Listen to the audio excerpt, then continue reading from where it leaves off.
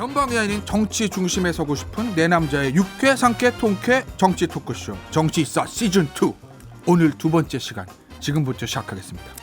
오! 자, 장기 집권이 시작이에요. 네? 허이로 아나운서 긴장하세요. 제가 보니까요, 이제 이게 뭔가 변화의 시즌이 오는 것 같아. MBC에서 적폐에게 마이크를 맡긴다. 와, 이건 뭐 사건입니다. 사건이에요. 뭐 지금 뭐 전국의 흐름이 좀 바뀌는 거랑 좀 연관이 돼 있다고 생각 안 하십니까? 아니 근데 변호사님? 그 정도 뭐 위치에 올라갔어요? 적폐에 되려면 무슨 뭐 장차관 하든가 뭐 MBC 문화방송 사장 정도 했으면 내가 인정하겠는데 뭐 그 정도 아니 원래 물꼬를 트면은 그다음 쫙 무너지는 거야 이제 보면은. 미약한 하면 유튜브 이 마이크부터 시작해가지고 이제 싹 되는 거라니까. 아 그게 문제가 아니라 이제 적폐라고 할 만한 급이 되나라고 문제 이거 제가 항상 말씀드리지만 저는 새누리당 공천 신청자에다가 삼성 그룹법무실 출신이기 때문에 적폐 인증받고 두 개를 달고 있는 사람이다. 그러니까. 여기서 김무사까지 갔다 왔으면 세계지 3스타. 엄청 김무사 광고하네. 출신 아니니까. 뭐 삼성의 적폐 쌓여 있는 폐습이라기보다는 그냥 현재 눈에 살짝 보이는 폐습 정도. 아 그렇죠. 적폐인 정확하게. 어쨌든 MBC에서 이제 마이크 잡았다는 게 중요하네. 네? 아니 어쨌든 근데 오늘 뭐 단 건 아니고요. 우리 허유일 아나운서가 지방 진천으로 좀 출장을 갔다고 그래요. 예, 그래서 제가 급하게 이제 오늘 하루만 대타를 맞았는데 이게 뭐 하루가 될지 뭐 이틀이 될지 알 수 없지. 허유일 아나운서 좀 불안할 거야 지금 출장길이 무겁다 발이. 그 제가 라디오 방송을 시작한 게 김태현 변호사가 그죠. 방송에 안 나오는 바람에 이제 대타로 시작을 했어요. 김태현 변호사 대타로 시작해서 지금 여기까지 왔거든요. 그러니까 허위로 대타가 어디로까지 가는지. 그럼요. 근데 대타가 중요한 게 대타 나와서 바로 홈런 치면 안 돼. 한 2루타 정도만 치면 딱 좋거든. 그렇잖아. 그렇죠. 대타 나왔는데 삼진 당하면 그거는 이제 뭐 나오시고. 제가 설마. 2016년 18년 선거 이렇게 두 번 하면서 자, 그런데요. 재방송 죄송한데요. 진행자 마음이니까 네, 이준석 씨 말 끊고 허유일 아나운서가 기다리고 있답니다 지금. 어. 녹화를 못 들어가고 기다리고 있다. 불안하거든. 자, 그러면 우리 허이로 아나운서가 본업에 충실해야 되니까 그걸 위해서 저희가 전화 연결 한번 지금 해보겠습니다. 자, 여보세요? 여보세요? 예. 아유, 안녕하세요. 아, 참 이게 출장 불안할 너무 거야. 예? 아니 영하 10도에 새벽 6시에 지금 예. 출발해가지고 진천 선수촌에 오늘 배드민턴 대표팀 선수들 만나러 제가 오는 바람에 예. 제가 지금 김태현 변호사님한테 지금 마이크를 이거 아닌데 걱정하지 마세요. 그냥 저희가 알아서 잘 할 테니까. 아니 지금 거기서 너무 뭐- 너무 야욕 부리시는 거 아닙니까? 더 없다고? 그거 뭐 있잖아요. 그거 뭐 사우 용인 뭐 생거 진천 뭐 이런 거 있잖아. 그래서 배드민턴도 치시고 경치도 좀 보시고. 예. 저희가 아니 사실 오늘 정말 그 경치로 지난 보기에는 지금 영하 일주일이 10도 체감 온도는 거의 영하 15도 이 정도 될 텐데 고생 많으십니다. 춥네요. 아니, 고생하는 얘기죠 한마디로. 예. 예. 아니 사실 네. 이번 주에 진짜 우리가 나눌 얘기들이 워낙 또 많았잖아요. 이슈들이. 네. 근데 다음 주에 꼭 만나서 또 이렇게 제가 저는 직원이니까 어디 안 가요. 김태현 변호사님처럼 이렇게 굳이 안 오셔도 되고 저는 늘 있는 애니까. 아 그래요? 네, 아유, 그럼요. 너무 직원의 강한 걸로 장점이 다 치고 있습니다. 오시니까 그냥. 예. 예.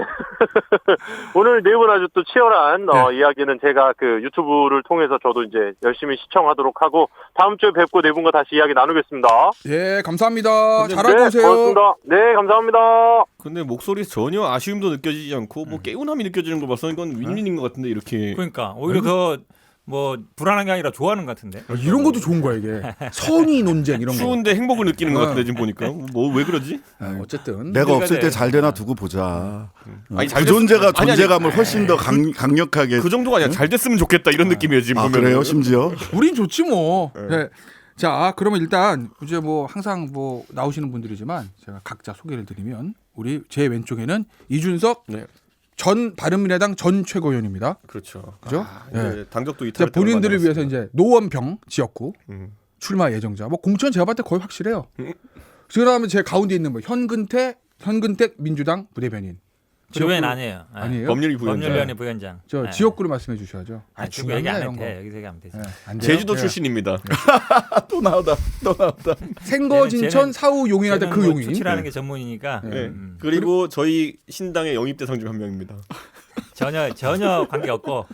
제가 일주일마다 아니 두 근데 번씩마다 질문 있어요. 배우고 왜? 있습니다. 전 최고위원은 많은데 전 바른미래당은 뭐예요? 바른미래당 떠났죠. 전 아직 안 바른미래당 떠났잖아요. 최고위원. 아직 당직 있잖아. 곧 이탈할 거예요. 꼴이 탈. 아니 이제 한 몸이 된다니까 저랑. 전 바른미래당 전 최고위원. 곧 이탈할 거예요. 전이 두 개 붙는 거예요? 그리고 또 이제 맨 오른쪽에 계신 신장식 정의당 전 사무총장. 예, 김태현 변호사의 오른쪽에 있기가 쉽지 않은데 네. 제가 오른쪽에 있네요. 그렇습니다. 예, 신장식입니다. 반갑습니다. 지역구? 관악구입니다. 관악. 뭐 가불이 가불은 또 안 중요하지, 하시네. 가불이 그게 중요하지. 중요한데. 예, 관악을입니다. 하셔도 아, 돼요. 을. 관악을 오신환? 노원병. 오신환. 자 현역 의원 하면 김성환 의원, 네. 오신환 의원. 근데 왜 현근택 저 부대변인이 왜 용인이라고 하면 용인은 가불병 맞는데 얘기를 안 이제 할까? 용인 어디인지 사실은 조금 이제 네. 고민되기도 하고 그러니까 그런 거죠. 그 동네가 좀 복잡해요. 지금. 간을 보는 정치는 누구의 정치다? 그건 아니고. 참고로 말씀드리면 네. 우리 현근택 전 부대변인이 노리고 있는 지역구 두 개가 네. 다 현역에는 없어. 한 명은 없고 한 명은 명은 잘 알아. 불출마야. 짜자자. 한 명은 없고 하나는 없고 하나는 불출마다. 아니 지역을 너무 잘 알아. 아유, 왜 이렇게 잘 알아? 우리가 또 수도권 판세는 또 깨고 있어야 되지. 우리가 않겠습니까? 정치 평론만 업으로 지금 8년째 하고 있어요. 그렇죠. 그거 알기는 굉장히 어려운데 지역을 표정에서 깨고 이렇게 있다는 해버렸어 거. 지금. 신당으로 일단은 오겠네. 오늘 우리 이제 본격적으로 주제를 들어가야 되는데 제가 주제를 2개 준비했어요. 하나를 가지고 너무 오래 하면 지겹다 그래가지고. 근데 첫 번째 주제가 뭐냐면 청와대와 윤석열 이렇게 돼 있네. 근데 어저께 우리 메인 작가분이 저한테 부탁하셨어. 이거 너무 세세하게 들어가면 안 되니까 정치적인 의미를 짚어보자. 라고 부탁하셨지만 마이크 들어오면 슛 들어오면 마이크 잡은 사람은 왕입니다. 그냥. 그죠? 그렇지, 병권 예. 있어. 그냥 병권 잡으면 왕이지. 뭐 구호를 그냥 들고 편하게 없어. 하셔도 됩니다. 예, 일단 제가 이 생각이 좀 들었어요. 현근택 우리 형님이 무슨 얘기를 할까? 저도 궁금합니다. 궁금하시죠? 예. 어떻게 보세요? 지금 상황? 지금 상황. 예. 손절 안 했어요? 에? 손절 안 했어? 뭐랑? 응? 뭐랑? 청와대. 그럼 말이 안 되는 얘기고. 지금 근데 어쨌든 뭐 다 아시겠지만 애초에 우리도 많이 다뤘는데 이게 한 가지 좀 걱정되는 거는 처음에는 이제 조국 전 장관 수사 아니냐. 그죠. 그러니까 그 분기점이 있었잖아요. 네. 개인 비리 문제고 뭐 집안 문제였는데 소환 한 번 하고 두 번 하고 이제 진술 거부권을 했다. 그래서 그러면 사실은 스탠스가 보통 우리 생각하기에는 이제 기소로 가든지 네. 아니면 뭐 이러는데 이제 유재수 건, 뭐 감찰 무마 건, 그다음에 이제 뭐 하명수가 나오면서 모든 분들이 저도 그렇고요. 이게 결국은 조국 전 장관에 대한 어떤 수사 확대다. 개인적인 문제로는 안 되니까 하는 거 봤는데 근데 지금 흘러가는 추세가 보면 그건 아닌 것 같아요. 조국 전 장관에만 포커스를 맞추는 건 아닌 것 같고 좀 더 큰 그림. 결국은 이제 공수처라든지 검경 수사권이라든지 그런 걸 염두에 두는 거 아니냐라고 의문을 가지지 않을 수 없고 더 크게 보면 이제 총선까지 이제 걱정하지 않을 검찰이요? 수 없는 상황이라서 그런 것들에도 좀 우려가 되죠. 아니, 이 수사 청와대- 문제가 청와대의 선거 개입을 지적하고 있는데 거기다 대고 검찰의 선거 개입을 물타기 하는 건 무슨 전략입니까?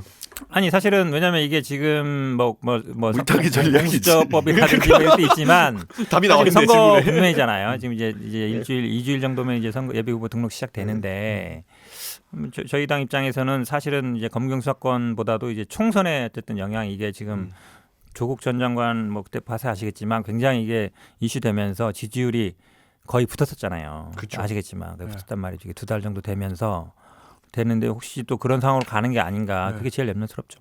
근데 저는 그런 생각을 해봤어요. 이게 뭐 지금 현근택 대변인 굉장히 비장한 표정으로 염려스러운 상황이다. 굉장히 좀 완화해서 말씀하신 거죠. 마이크 꺼지면 다른 얘기할 수도 있어. 내년에 총선인 거 맞아요? 예. 근데 내년에 총선 치르는 거 맞아요? 당연하죠. 총선 치르는 거 왜 안 치러요? 다른 선거 치를 일 없어요? 다른 무슨 선거?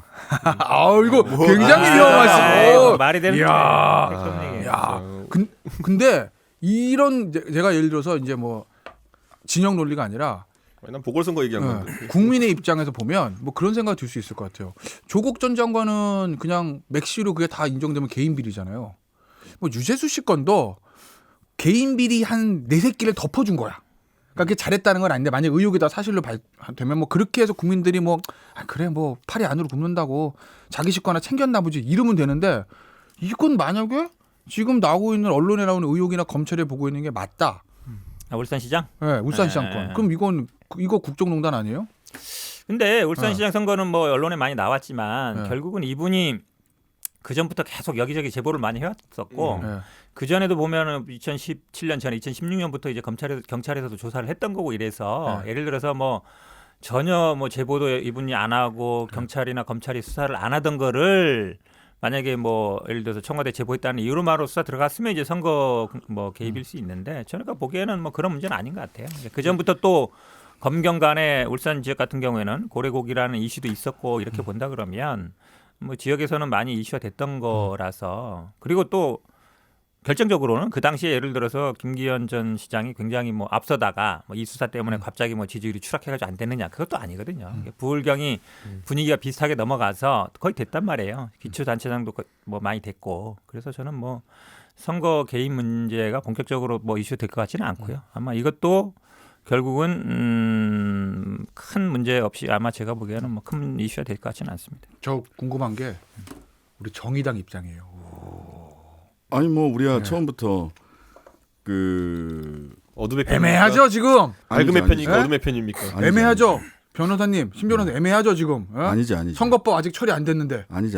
그거는 등질 이제 수도 이미 네. 올라가 있는 거니까 그렇다고 뭐 여기서 내가 뭐 몇 마디 한다고 선거법 처리될 게 처리가 안 되고 안 될 게 안 될 게 되고 이러진 않고 저는 이 유재석 건하고 김기현 건은 사실은 좀 성격이 달라요. 아까 얘기하셨던 대로 유재석 건은 사실은 최초에 그 문제가 됐던 건 2016년 그러니까 박근혜 정권 시절에 그 금감위에 있을 때 그 사건이 이제 문제가 됐었던 건데 아마 제 생각엔 그래요. 그 뒤에 건 몰라도 최초의 건을 그 민정에서 이렇게 좀 덮었던 거는 야 여기서 이거 뭐 이미 청와대랑 또 관련도 있고 이렇게 관계를 갖게 됐는데 옛날 박근혜 정권 걸 가지고 뭘 하기는 좀 그렇다 그냥 덮고 가자 이 정도 수준에서 시작된 것으로 보이고 사실 이게 다 파져도 아까 김태현 변호사님 얘기한 대로 뭐 개인 비리를 좀 봐줬나 보다 이런 건데 김기현 전 울산시장 건은 이거는 성격이 좀 다르죠. 선거와 관련돼 있는 거라서 성격이 다르고 명명백백하게 좀 밝혀질 필요가 있겠다. 근데 이건 있는 것 같아요.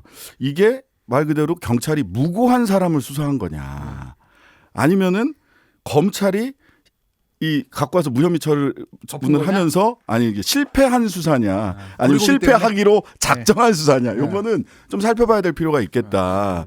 근데 이제 지금 이 건들을 보면서 국민들이 느끼는 저조차도 그런데 약간 국민들은 공포감을 느끼고 있는 것 같아요. 무서워하는 것 같아요. 그렇지. 선거에 개입하고 이러니까. 아니 그게 아니고 선거에 개입하고 이런 게 아니고 방송 천재야? 국민들이 보기에 두려움을 느끼죠 선거. 아니 국민들이 두려움을 느낀다니까. 그 느끼는 건 뭐냐면 사실 힘이 제일 세 보이는 두 국민들이 봤을 때 청와대하고 검찰이 국민들이 봤을 때 힘이 제일 세거든. 이 제일 센 두 군데가 벌써 지난 8월 달부터 알고 보면 지금까지 몇 달을 이러고 있는데 이게 하루 이틀 사이에 끝날 것 같지가 않아. 아니 근데 팀 경찰이 진짜 팀 경찰이라고 생각하세요? 경찰만 싸우고 있는 걸로 보이세요? 저는 뒤에 팀 문재인인 것 같은데. 아니 청와대하고 검찰이 지금 그러니까요. 정면으로 부딪히고 있다는 거죠. 그렇게 눈에 보인다고. 앞에 경찰만 내세워가지고. 부딪히는 게 아니라. 그러면 그러니까 불안하지. 그 얘기 나온 김에 네. 이제 윤석열한테 이거 한번 우리 셋은 변호사잖아요. 네. 그러니까 윤석열 완전 정치인이니까 네. 법적인 시각 빼고 그러면 네. 정치적 관점에서 봤을 때 청와대하고 검찰이 좀 충돌하는 이 모양새가 검찰의 정치적 의도가 있다 없다. 당연히 있을 수 있겠죠. 그냥 정무적으로 어떤 판단을 할 수는 있는데, 근데 저는 윤석열 총장이 그걸 대의라고 밝히고 있어요. 대의. 본인의 정무적 판단의 네. 근거는 대의다. 문재인 정부의 성공을 위해서다. 그것도 사실 보면은 정치적인 발언이거든요. 근데 문재인 정부의 성공을 위해서 나는 적폐를 악역을 청산하겠다. 이렇게 하는 것이기 때문에 전 일관성은 있다 봐요. 윤석열 총장이 지난 정권에서부터 보여왔던 모습과. 그렇기 때문에 그런 일관성을 알고 임명한 인사이기 때문에 지금 와가지고 그런 방향성에 대해 가지고 문제를 제기하기는 여권의 논리가 빈약할 수도 있고, 뭐 한동훈 윤석열 팀이라는 것이 했던 수사 방식과 지금 달라진 형태로 뭐 이 정부에만 가혹하게 하느냐, 전 그렇다고 보기도 어려운 측면이 있다. 이렇기 때문에 저는 앞으로 계속 이제 뭐 이해찬 대표가 뭐 가만두지 않을 것처럼 인치 이야기하고 이런 것들 왜 저러나 많은 사람들이 의아해할 겁니다. 나올 것들에 대해서 이제 지켜봐야겠지만은, 그건 저는 이번에 제가 박근혜 정부가 이제 몰락할 때 옆에 이제 가슴 아프게 그걸 지켜봤던 사람으로서 참 가슴이 아팠어. 가슴 아프죠. 당연히 제 손으로 대통령 만들기 노력했던 사람인데 그 무너져 내리는 모습 보면서 얼마나 가슴 아팠어요. 근데 자, 가슴 아프지. 죄를 지었으면 죄만큼 받아야 되는 게 맞는데, 그때 이제 박근혜 정부가 초기 대응을 어떻게 했냐면은 태블릿 PC니 무슨 연설문 이런 거 나왔을 때 전 이렇게 생각했어요. 저도 모르고 있던 최순실이나 이런 게 나와 있으니까 저 사람 끊어내면 되겠네 이런 생각을 했어요. 그러니까 그래서 처음에 저는 대통령 기자회견 한다 그래가지고 저는 이런 사람이 뭐 예전에 가까웠던 걸 아는데 제가 당선되고 나서 이렇게 호가호위하는지 몰랐습니다. 검찰과 경찰은 엄정 수사를 통해 가지고 그 이런 걸 뭐 밝혔으면 좋겠습니다. 이럴 줄 알았거든요. 내용이 좀 이상해요. 그런 나와서 하는 얘기가 보면은 뭐 저는 그 밖에 친했던 사람으로서 연설문이나 정책 관련해서 알아볼 게 있으면 좀 시키고 이랬던 사이로서 자기가 모든 혐의를 인정하고 시작하는 거예요. 보면은. 그러니까 저는 이번에 그런 청와대의 대응을 보면서 약간 놀랐던 게 뭐냐면은. 우리가 그 비행기 추락하는 영화 그 허드슨 강의 기적 보면은 딱 이렇게 비행기가 딱 그 버드 스트라이크 당해가지고 연기 풀풀 나오고 그러니까 바로 거기 기장이 하는 게 뭐냐면 경험 많은 그 기장이 옆에 부기장한테 하는 게 뭐냐면은 마이 플레인 그래요. 마이 플레인은 뭐냐면 내가 이 비행기를 컨트롤하겠다는 거거든. 원래는 기장 부기장 왔다 갔다 하면서 하니까. 그러니까 부기장이 바로 하는 말이 뭐냐면은 유어 플레인 그래요. 그 말은 뭐냐면 내가 지휘자라는 걸 명확하게 해서 그 안에서는 어쨌든 협력관계를 구축하는 건데 청와대에서 지금 하는 걸 보면은 우선 노영민 실장이 와가지고 한번 지르고 갔잖아요 보면은 예? 거기에서 국회에 답변하면서 이제 여러 가지 얘기를 하고 가고 그 다음부터는 지금 이제 그 고민정 대변인이 나와가지고 필요할 때만 말을 하는 상황인데 이게 다 어긋나고 있잖아요. 이제 보면은 사실 고래고기 감찰의 시점 같은 것부터 다 엇갈리고 있거든요. 저는 이게 뭐냐면은 지금까지 해명들이 안 맞는 부분이지만 저는 그거는 뭐 퍼즐 맞춰가면 된다 이렇게 보고 다만 청와대에서 어느 누구도 이 일에 대해서 컨트롤 타워가 없는 것은 박근혜 정부 국정농단에 대처하는 자세와 약간 비슷하다 이런 생각하고 그게 가장 리스크 팩터다 저는 이렇게 보는데 이런 걸 한 가지 지적할게요. 누군가 분명히 먼저 마이 플레인을 외쳐야지만은 유어 플레인이라고 딴 사람이 해줄 수 있는 거예요. 근데 지금 상황은 제가 봤을 때 청와대에서 마이 플레인 외친 사람이 없다. 네, 그렇기 때문에 아무도 이 컨트롤 타워가 되지 못하는 것이다 이렇게 봅니다. 저는 그 부분에 동의해요. 그죠. 그러니까, 저도 청와대의 지금 대응이 그 왜 쓸데없는 말들을 자꾸 해서 그냥 엄정하게 수사해서 있는 그대로 밝히고 책임질 일이 있으면 책임지고 개선할 게 있으면 개선하겠다라고 그 태도만 딱 유지하면 되는 거거든요. 근데 자꾸만 자체 조사를 해서 이런 게 나왔습니다. 한나절 만에 뒤집히고 이런 대응은 정말 오히려 그 청와대 입장에서도 또 국민들 입장에서도 적절치 않아 보입니다. 그러니까 저도 황근택 대변한테 이거 묻고 싶어요 진짜. 왜냐하면 저도 궁금한 게 청와대에서 컨트롤 타워가 있느냐라는 거. 그러니까 언론사로 말하면 제가 봤을 때 보도본부장이 없는 거예요 지금. 그냥 막 보도본부장뿐만 아니라 밑에 국장이랑 부장들도 없고 그냥 데스크가 말진들 내려고 하는 거야. 딱 보니까. 왜냐면 말이 앞뒤가 맞는 게 없거든요. 그러니까 제가 궁금한 건 대통령이 어디까지 보고를 받았을까? 그러니까 예를 들면 이 사건 초기에 예를 들면 김기현 사건도 뭐 사건 터질 때 그때 뭐 알았느냐만 이걸 다 떠나서 지금 이 어쨌든 사건이 터졌잖아요. 유재수 건도 마찬가지고 김기현 건도. 그러면은 대통령이 밑에 불러가지고 야 이거 뭐야라고 확인할 거 아닙니까? 그때 누군가가 대통령한테 어디까지 제대로 보고했을까? 라는 거. 그러니까 박근혜 전 대통령 때도 아마 그 보고 채널 좀 막혀 있을 거예요. 대통령 걱정 없는데요? 괜찮습니다. 뭐 제가 들은 얘기는 예전 얘기지만 예를 들면 이제 여권 쪽에서 특히 비박 쪽에서 우병우 전 수석에 대해서 좀 굉장히 좀 막 분노하는 그런 일 중에 하나가 사건 처음 터졌을 때 당시 아마 정무 라인하고 홍보 라인에 보고하고 우병우 전 수석이 이끄는 민정 라인의 보고가 톤이 달랐어요. 제가 알기로는. 그러니까 정무 라인하고 홍보 라인 이거 안 됩니다. 이거. 여기서 끊고 가야 됩니다. 뭐 이런 식인 건데 우병우 당시 민정수석 이끄는 민정 라인에서는 법적으로 별거 없는데요. 밀어붙입시다. 그랬다가 그냥 밀어붙였다가 크게 된통 당했다라는 게 이제 당시 이제 새누리당 쪽에서 나온 얘기들이거든요. 거기서 비춰봤을 때 과연 지금 청와대는 대통령은 제대로 보고를 받고 있는가? 아니 어제도 이제 민주당도 마찬가지고 이해찬 대표 기자들 사이에서 엄청나게 가십거리를 돌았던 게 뭐냐면은 이제 그 캠핑장 해명 있었잖아요. 그러니까 많은 사람들이 의아해하는 게 캠프에 가서 본 사람이다를 혹시 캠핑장에 가서 본 사람이다를 오해한 거 아닌지 아니면 진짜 왜냐면 그 사람이 송철호시장 캠프에 있었다고 하니까 이 정도로까지 지금 뭐 희화화도 아니고 사실 갸우뚱할 수밖에 없는 게 아까 신 변호사가 말씀하신 대로 필요 없는 말을 했다 그러는데 캠핑장 세 글자는 진짜 필요 없는 말이었어요.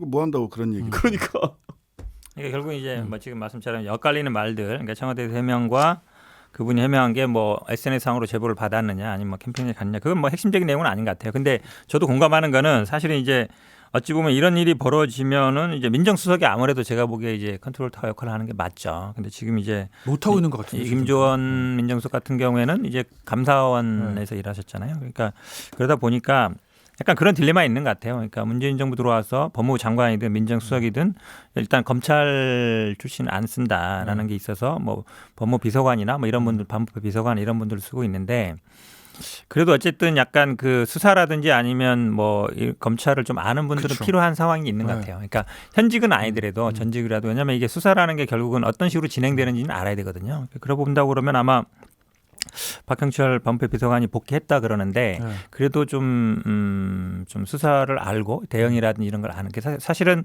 이제 많은 분들이 이제 의문을 가는 게 이런 거죠. 굳이 청와대가 일일이 나서가지고 해명을 해야 되느냐. 굳이 사실은 예전에도 보면 청와대 뭐 압수수색 하는 것도 약간 이례적이지만 그랬을 때도 그냥 뭐 원론적으로 뭐 검찰이 잘 수사를 할 걸로 봅니다. 뭐 이 정도면 되는데 굳이 뭐 그러니까 일일이 해명 것도 청와대 대변인이 그러니까 하는 모양새는 조금 성급하지 않냐라는 생각은 저도 약간 동의해요. 왜냐하면 그 이후에 이거를 만약에 다른 사실이 나왔을 때 그거에 대해서 다른 말을 하기가 어렵거든요. 한번 해버리면. 그러니까 조국 전 장관 같은 경우에도 그게 굉장히 많았단 말이죠. 본인 입으로 이제 해명을 했는데 나중에 보니까 그게 아니야. 그러면 이게 뒤집을 수가 없잖아요. 그러니까 그런 상황이 되는 것 같아서 저도 앞으로 이 수사 관련해서는 일단 청와대에서 직접 대변인 입으로 해명하는 건 좀 적절치 않은 것 같아요. 하나만 더요. 네. 지금 민주당 부위원장이시죠, 법률위.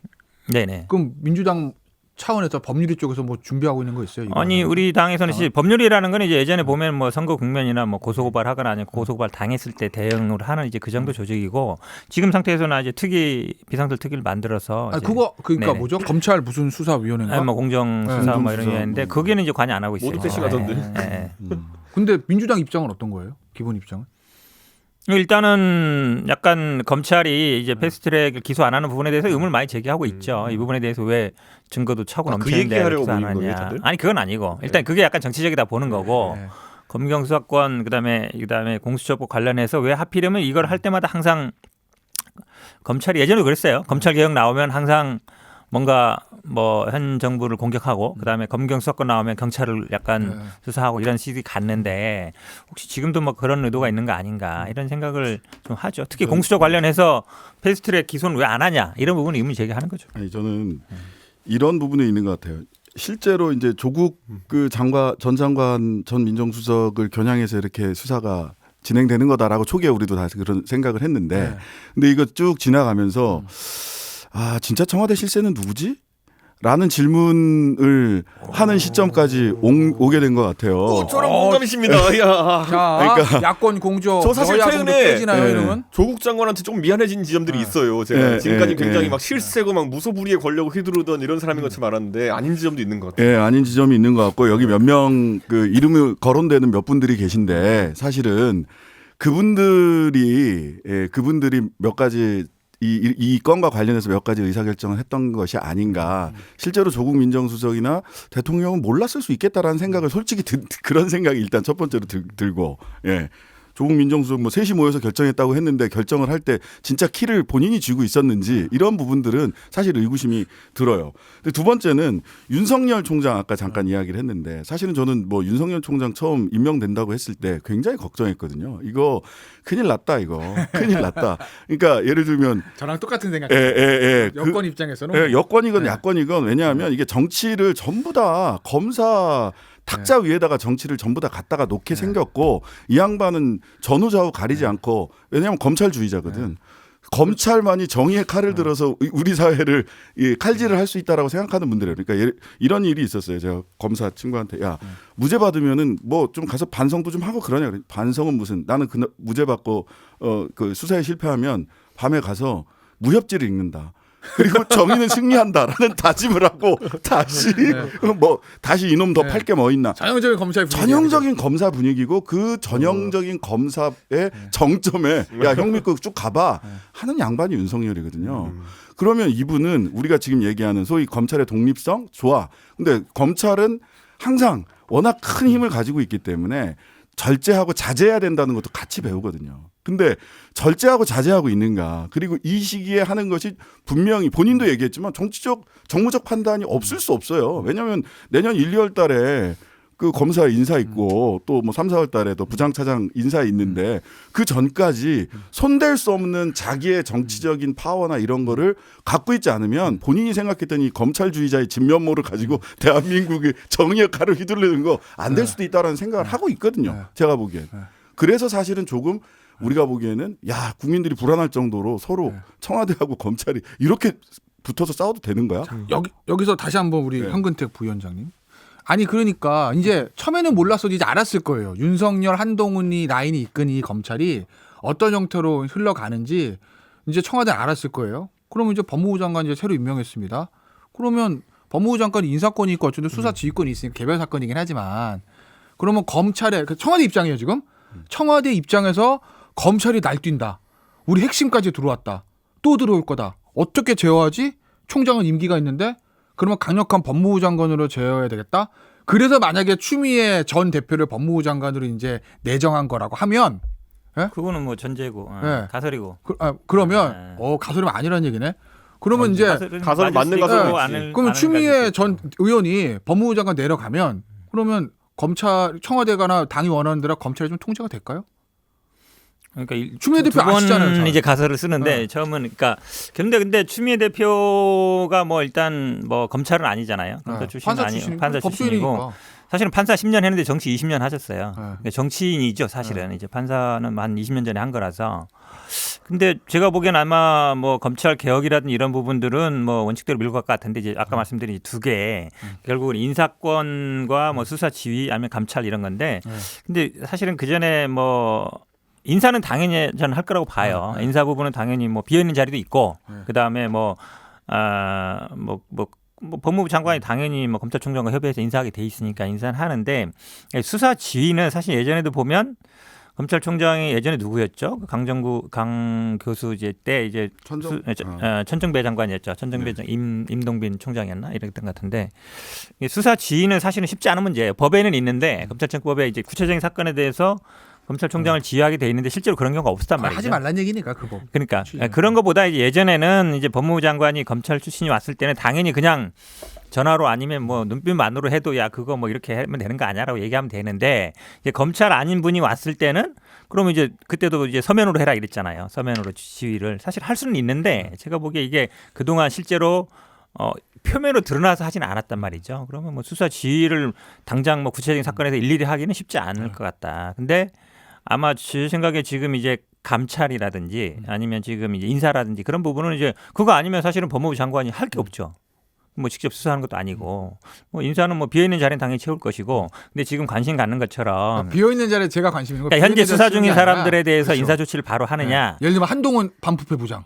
뭐 그것까지는 잘 모르겠지만 어떤 무슨 중요하지. 관계인지 모르겠지만 아무튼 아니 근데 그게 컨트롤 타우니까 실제로. 그렇긴 한데 이제 그런 거 있는 것 같아요. 우리 추미애 지금 후보자도 정치를 오래 하셨거든요. 그러니까 정치하시는 분들 특징은 대부분 어떤 식으로든지 간에 이렇게 조율을 하면서 갈라 그래요. 그러니까 예를 들어서 딱 이건 되고 안 되고 이렇게 하기보다는 저는 뭐 협의하면서 그래도 총장하고 협의하고 인사 문제도 얘기하고 이러면서 아마 정무적인 감각이 있으니까 이렇게 해나갈 거로. 저는 지금 검찰을 어떤 식으로든지 인사 조치든지 아니면 또 훈령을 있는지 아니면 또 무슨 준칙 개정이라든지 이렇게 건드리려고 하는 순간부터 이번에는 조국을 지키기 위한 조국 수호 전쟁이기 때문에 국민들이 의심을 하는 것이 아니라 정권 수호 전쟁으로 비춰질 가능성이 있기 때문에 굉장히 추미애 장관 지명자가 아마 좀 부담스러워할 것이다. 그렇기 때문에 법무부 장관 아까 뭐 할 게 뭐가 있냐 그랬는데 이 기회에 우리나라의 교정 행정이나 아니면은 출입국 관리 같은 것들을 확실하게 다지고 그 시간 동안에 검찰을 놔주시는 게 어떠나 이런 생각할 정도로 지금 검찰에 대한 개입은 굉장히 오해를 낳을 수가 있는 상황입니다. 그러려면 추미애 장관을 안 시켰지.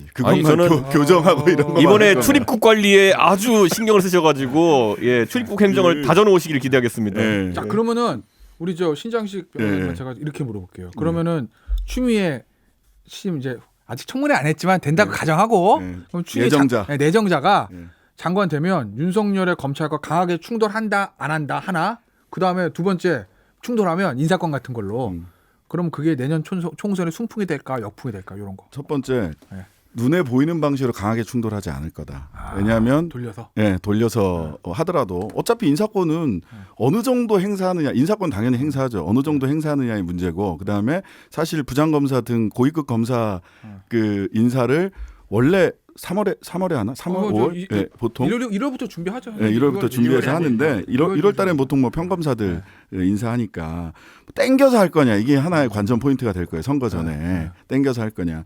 근데 이제 이 양반이 굉장히 고집이 센 분이시고 한편으로는 또 한편으로는 정치 경력이 20년이라서 제가 보기에는 저는 추미애 장관이 지금 이렇게 쉽게 움직이기보다는 오히려 지금 국회 지금 20년 정치를 하셨기 때문에 5선인가요? 4선인가요? 네. 5선이시죠. 국회에 지금 올라가 있는 지금 이미 뭐 패스트트랙 등 해서 올라가 있는 검경 수사권 조정이나 공수처법 관련해 가지고 이 부분을 어떻게 관철시키고 그 이후에 이거를 어떻게 제도화할 거냐에 집중하는 것이 실제로 지금 정무적인 싸움으로 부딪히고 있는 이게 아니라 실제로 검찰 개혁에 본인이 역할을 할 수 있는 방안이다라고 저는 생각을 해요. 그러니까 법과 제도로 해야지 사람 인사권이 보장돼 있긴 하지만 인사권만으로 검찰 개혁을 에 접근하면 또 다른 오해를 일으킬 수 있기 때문에 인사권은 적절히 사용하시고 오히려 법과 제도로 검찰 개혁을 완수하는 쪽으로 방향을 잡고 가야 추미애 장관이 성공할 수 있을 거다. 그러니까 쉽게 날리지 못한다. 저는 그렇게 그죠. 봅니다. 아까 저 그럼 마지막으로 요거 주제요. 마지막으로 우리 현근택 부위원장한테 요거만 물어볼게요. 짧게. 왜냐하면 제가 추미애 장관이에요 지금. 그럼 총장은 못 날려요? 그렇죠? 그리고 밑에 있는 중앙에 있는 부장들은 뭐 그냥 어쩌면 실무니까 이 수사의 모든 거에 컨트롤 타워는 지금 한동훈 반부패부장 검사장이라 알려져 있잖아요. 그러면 자 짧은 질문, 긴 답. 추미애 장관이 한동훈 반부패부장 날린다 안 날린다? 모르겠어요. 아이 그 얘기해줘야지. 뭐냐면 뭐 지금 다 많은 분들이 거기에 초미의 관심을 갖고 있잖아요. 근데 아까 지금 신 변호사님 말씀처럼 많은 언론이나 많은 분들이 관심을 가지면 사실은 오히려 더 안 될 가능성이 있죠. 왜냐하면 그게 문제가 되기 때문에. 근데 뭐 저는 뭐 인사라는 거는 사실은 인사가 굉장히 중요하죠. 근데 이제 수사 중인 상황에 지휘를 하는 분들을 바로바로 인사하는 거는 사실은 조금 오해 소지가 있기 때문에 뭐 추미애 지금 후보자도 어쨌든 정치를 오래 해오신 분이고 이렇다 그러면 어느 정도 적절한 선에서 할 것 같아요. 제가 보기에 뭐 바로바로 이렇게 하기는 좀 쉽지 않은 상황이 아닌가라고. 마지막으로 제 예상을 하고 다음 주도 넘어갈게요. 전 못 날린다. 왜냐하면 지금 날리면은 남아있는 자리가 지금 보면은 뭐 무슨 고검 차장 이런 데잖아요. 검사장들. 그 완전 한직이거든요. 대검 반부패부장 하던 사람이 글로 내려가면 그럼 누구 보도 칼질하는 거라고. 근데 이게 검찰에 원래 그런 인사가 많았지만 안택은 검찰국장이 예전에 그거 했다가 서지현 검사 때 구속된 거잖아요. 그 직권 남용으로. 그러니까 사실 그 선례가 있어서 아무리 장관이라도 인사위원이 없는데 한동훈 부부장은 누가 봐도 27기 넘버원인데 개인적인 어떤 문제가 있지 않은 이상 그렇게 뭐 고검 차장으로 내려보내고 난리고 이거 나는 못할 것 같아요. 전 그리고 하면 총선 앞두고 우리 이준석 위원 한 것처럼 야 이거 정권 수호냐? 뭐 이거 야당이 엄청나게 이거 프레임을 짤 거거든. 서초동 집회를 다른 쪽에 할 수 있겠지. 네, 그러면 난 이게 쉽지 않을 것 같다라는 게 제 예상인데. 너무 너무하는 거 아니에요? 근데 내 보니까 지금 저 왜냐면, 현근택 우리 저 부위원장도 눈빛을 보니까 되게 동의를 해. 근데 아직 용인 언로가 아직 결정이 안 됐어. 그래서 동의를 못 하는 거야. 어? 그게 아니고 네 말이 맞다. 예를 이거 들어서 됐다. 한 사람만 특정해가지고 뭐 이 사람은 되니 안 되니 하기는 사실은 그럼 그분만 예를 들어서 딴 분들은 다 인사를 하는데 그분만 안 한다고 하면 말이 안 되잖아요. 모든 인사의 상징적인 거는 한 사람으로 귀결되고 이번에 황교안 대표가 날렸을 때 김세현이 날아가느냐를 갖고 많은 사람이 본 것도 그게 상징적인 의미가 있기 때문이에요. 그러니까 그거는 한동훈 반부패부장 같은 경우에는 지금 저 사람을 좌천시킨다는 것은 수사 중단에 다 압력이거든요. 사실상 보면은. 그러니까 저는 그거는 거론해볼 가치가 있고. 뭐 진급시키면 우리가 이렇게 물어봤지만은 저는 이렇게 말하자면 뭐냐면 당연히 청문회 때 야당 의원들이 계속 물어볼 겁니다. 뭐 그렇겠죠. 네. 근데 이제 어쨌든 이 지금의 사태, 그 청와대와 검찰이 그 이렇게 막 부딪히고 있는 정면으로 민낯으로 그냥 막 부딪히고 있는 모습들을 보면서 실은 이게 그냥 뭐 부패한 뭐 또는 뭐 정치 검찰, 뭐 부패한 검찰, 뭐 경찰, 또 누구 행정관 이런 문제가 아니라 사실은 검찰이 너무 힘이 세구나라는 걸 국민들은 봤을 것 같아요. 그리고 정치 문제를 자꾸 검찰의 그 턱 앞으로 책상 앞으로 자꾸만 끌고 가는 게 사실은 얼마나 더 불안하게 사회를 불안하게 만들 수 있는지도 국민들이 지금 보고 있는 것 같아요. 그래서 이번에 그 누구를 날리고 안 날리고 이것도 굉장히 중요한 크리티컬 포인트죠. 근데 실제로 우리 국민들이나 또 정치권에서 더 이상 내로남불하지 말고 검찰 너무 힘 세니까 좀 힘 좀 빼고 가는 쪽에는 좀 합의점을 이루고 좀 갔으면 좋겠어요. 알겠습니다. 이번 주제 이렇게 정리하고 역시 마지막 저 신장식 변호사님한테 저는 동의해요. 여의도의 일에 자꾸 검찰로 가져가는 게 문제다. 서초동으로 가져가면 안 돼요.